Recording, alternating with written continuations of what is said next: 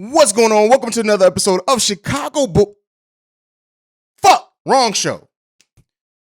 What's going on? Welcome to another episode of Chicago Bulls Central. Quick wardrobe malfunction. Nonetheless, this is your number one spot for everything Chicago Bulls related. On today's episode, we'll be breaking down everything going on with the Chicago Bulls. Scottie Pipper recently made comments that the Chicago Bulls are not playoff ready. We'll talk about that and some more right after this.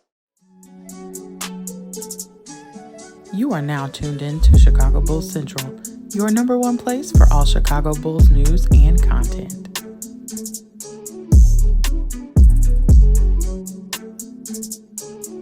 All right, Bulls fans. So, got to come to you with the news. You guys already know. So, Scottie Pipper was recently interviewed in which he said that the Chicago Bulls are not playoff ready.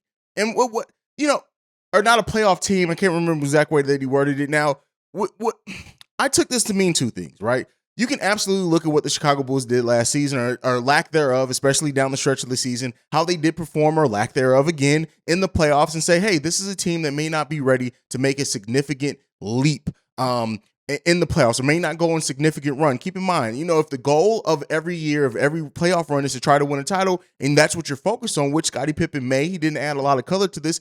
It could absolutely be that the Chicago Bulls are not built for the playoffs, right? And, that was what he said, not built for the playoffs. And so with that being said, taking a look at this objectively, right? Trying to look at the Chicago Bulls and how they performed or, again, lack thereof last season, it really came down to a couple of things. Health, being tired, and shooting.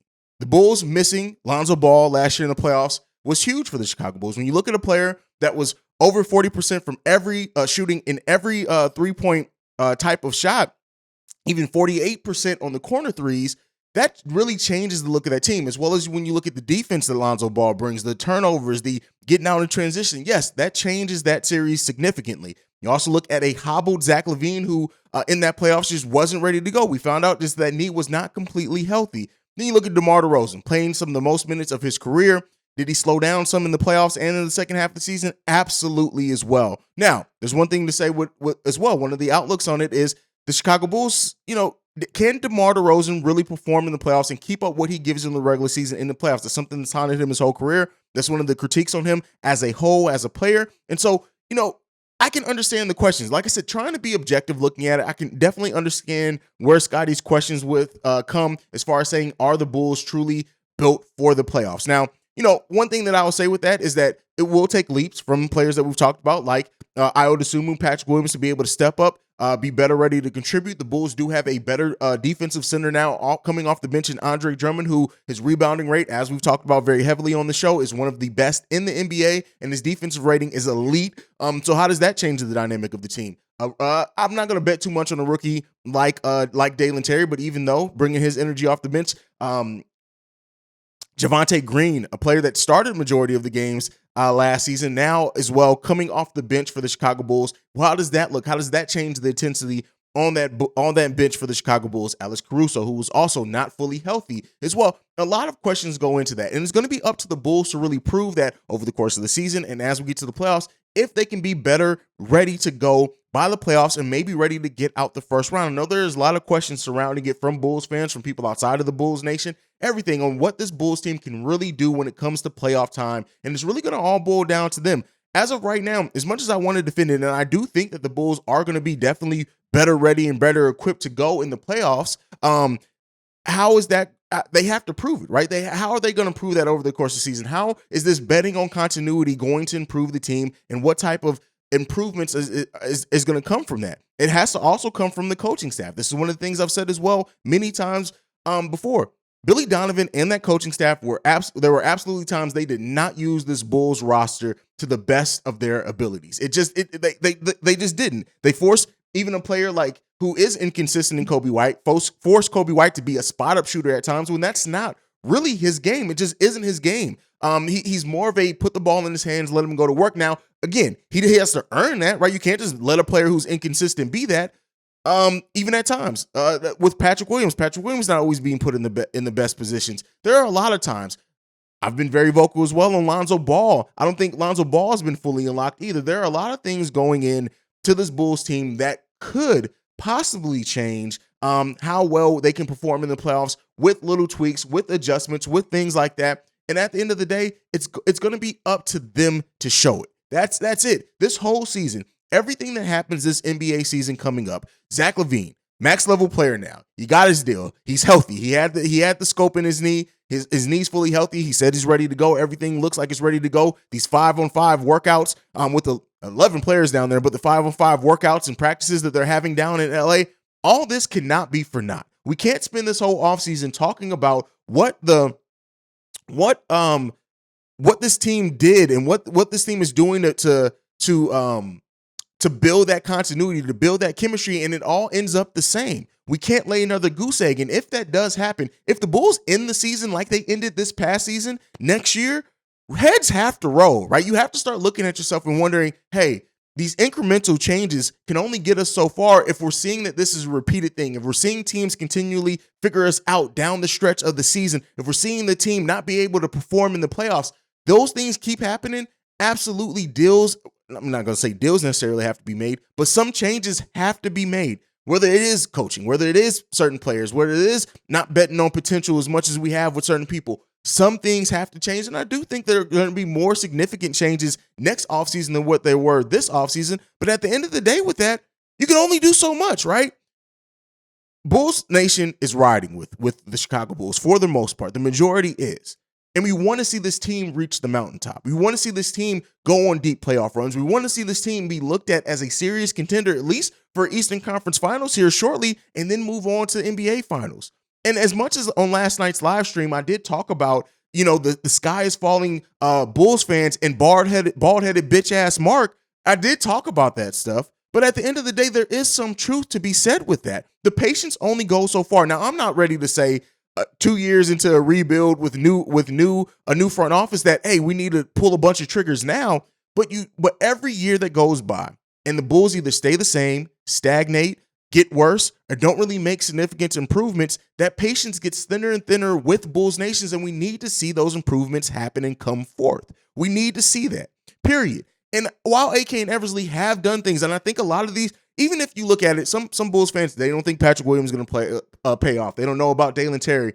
Like, some of these do have to hit, right? I would assume who hit for what he was worth last season, for what you expectations for him. We need to see that continued growth, especially considering that this is now a contract year for Ayo Dosunmu, who's going to have to be extended at the end of the year. A lot of these things, Marko Simonovic, another player who, spent all last season pretty much in the G League, and now, there's a lot of questions like, what is he going to give us on the NBA level? He needs to be able to contribute. All those things factor into us needing to see a Bulls team that makes improvements every single season. Now, again, I'm not one of those guys, and I don't support the skies falling Bulls fans. I don't support the fans that think just because the Bulls didn't make huge moves this offseason that they're being lazy or whatever else. But guess what? Some of these need to improve. The growth from players like Patrick Williams needs to happen. Marko Simonovic needs to show that, hey, a year in the G League, you added on a bunch of muscle, 20 pounds of muscle, something like that. Now, you need to be ready for the rigors of the NBA to give us something on the NBA level. Give us something to show that you're going to be able to contribute to this team. Another G League season for Marko Simonovic is not going to cut it. These are things that we do need to see as Bulls fans, and even the most patient Bulls fans realize, yeah, it takes time to build a team. It takes time to build a championship contender. It absolutely takes time. It's not add water and go. But we need to start seeing the growth. And when you see a player like Scottie Pippen, who, as I've said before, Scottie Pippen going through a midlife crisis, growing dreads, his wife's getting slutted out publicly by a rapper and living in his old house, like all that shit affects somebody's mental state. But all that being put to the side, there is something to be said about how ready is this Bulls team for a playoff run. We saw what they did in the regular season. Yes, we need to see it again, right? We need to continue to see. You have to go through a regular season every year to get to the postseason. So we do need to see the regular season success. But if that's not coming with some significant playoff success at some point in time, the patience of the fan base can only go so far. It can only go so far. Now, I am one that tries to be level-headed and tries to be patient. My upsetness with certain draft picks aside at sometimes, that you got to see the bigger picture. You have to step back and see the bigger picture. What I've said before is that the thing that AK and Eversley are doing that is special with this team is they're building a team that can do some things now, but it's not going to be completely barren for young talent later on. Yeah, they gave up a lot of first-round picks. We did get one back with this Portland pick, no matter what it ends up turning into, but keep in mind, too, with that, If the Bulls do end up making the playoffs, which I do think that they will, I'm not ready to say like some fans that the Bulls aren't going to make the playoffs. That's ridiculous to me. But once the Bulls do make the playoffs, yeah, that giving up another first round pick to Orlando and us getting another first round pick back from Portland is kind of a wash, right? But at the end of the day, all these assets, everything else, no matter what you give up, we have to start seeing fruition paid in it. And that doesn't mean shit on a player like Vooch, who's still top 5 at his position, period. But it does mean that we need to see, no matter what the sum of the parts are, no matter what the parts are, those parts need to then take us onto a playoff run. We can't continue to be embarrassed in the playoffs. Yeah, first year back in the playoffs, all right, we got a gentleman's sweep. It kind of is what it is. There you go. But if we're not better, if we're not healthy, you got people who are now questioning, is Lonzo Ball going to be a bad contract? Now, it's one season, it's one contract into that. But, one season into that contract. And I do think that, I've said it before, Lonzo's going to be an all-star while he's on the Chicago Bulls team. And again, all health being included in that, we need to see him be healthy. But we need to start seeing these things. We need to start feeling it. This offseason has had a lot of great feelings around it. Seeing Dalen Terry, the way that he performed in the Summer League, even Marco, the way that he performed in the Summer League, seeing this team come together in the summer for these workouts down in LA, it all feels great and amazing. But we can't have the taste of this washed out our mouths by continual failure in the playoffs. Now, again, failure or non-failure in the playoffs to me doesn't mean a championship. We're not at that point yet. But I do want to see this team win a playoff series. I do want to see this team go into the second round. I then do want to see this team continue to make those improvements. We need to see that. The patience of this fan base will only last so long, and we need to see those improvements come in. So when you get somebody like Scottie Pippen saying this team isn't built for the playoffs, well, I don't agree with that statement as just a baseline statement. I can when I start to break it down and think, well, if you're talking about the goal of the playoffs being winning a title, I can absolutely see where that perspective may come in at. Let me know what you guys, I know that was just a long, passionate rant. Let me know what you guys think about that one down below before we get into the next topic, which this one is from, I don't like using this site a whole lot, right? Like, it's not one of those sites that to me is something that I'm going to go to for a bunch of news and report on, but I will say that it does have some interesting topics at times. And so Pippen Ain't Easy has this article on, is Andre Drummond, or will Andre Drummond end up being one of the more underrated signings of last postseason? Of this free agency, I should say. Last postseason. That didn't make any fucking sense. What the fuck was I talking about? But will he be one of the more underrated signings of this past offseason? Now, I've talked about it before, and I've talked about this heavily. I talked about it on the live stream. Yeah, Bulls fans really wanted to see shot blocking, right? They say rim protection, but what they mean by rim protection is they really wanted to see a shot blocker come in here. I've been very vocal on the fact that there are two forms of rim protection. There is the shot blocking, which is absolutely one of it. But there is another one in just playing good enough defense to keep your the opposing team from even being able to get to the rim. Andre Drummond does bring that. Now, what do I think are the chances that Andre Drummond may turn into one of the more underrated signings of this past offseason? If I had to put a percentage on it, I would give it this. I do think that there's a chance with that. I've said it before. I think that the dividends that Andre Drummond pays in his rebounding rate, what he is as a defender, and that defensive rating, even while he is on a slight decline, still only 28 years old, but what he can be for you off the bench is he can give you a double-double off the bench. Now, there was an assumption going on, and one that I made as well, that the Bulls are going to use their full mid-level exception and go after considerable rim protection. That's not what the Bulls did. They decided to split it up. Well, they decided to basically just use it on Andre Drummond because even Jesus, why am I throwing a brain fart? Goran Dragic was signed by a veteran minimum, fully guaranteed. By the way, update on his contract, it's fully guaranteed, which shout out to the veteran for getting that fully guaranteed contract.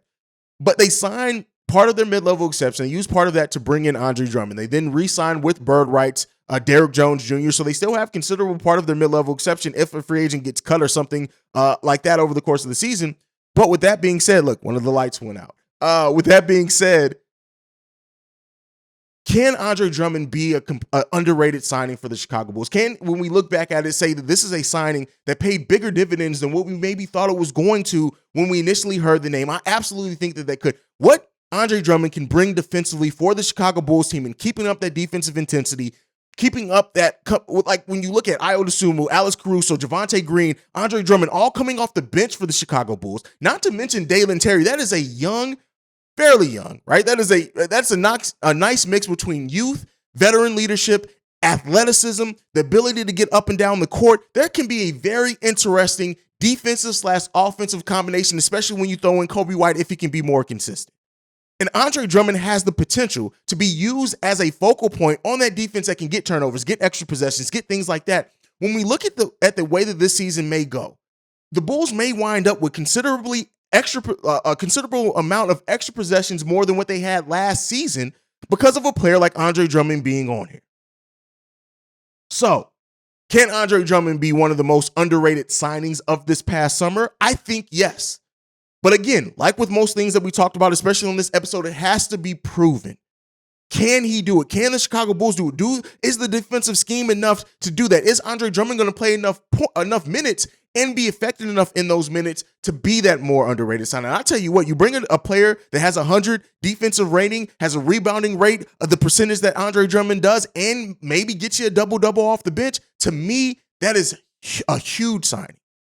But it has to be able to pay off. It may not be the name. It may not be the style of player we thought the Chicago Bulls were going to go after, but it could be something huge for the Chicago Bulls. Let me know what you guys think about that down below and the chances that Andre Drummond could turn into one of the more underrated signings of this past offseason for the Chicago Bulls. Let me know that. That is it for today's episode. Thank you so much for joining me and sticking around through my foolishness and passionate ass rants that I tend to go on. Make sure you're following the show at Bull Central Pod. You can send us any feedback, questions, comments, concerns, bullcentralpod@gmail.com. Lastly, if you want to leave a text and or voicemail, the number to do so, 773-270-2799. You are the best part of Chicago Bull Central. You are what makes this show special and this platform special. I love you guys. Like I like to end every episode on. Go Bulls, see red. Love you.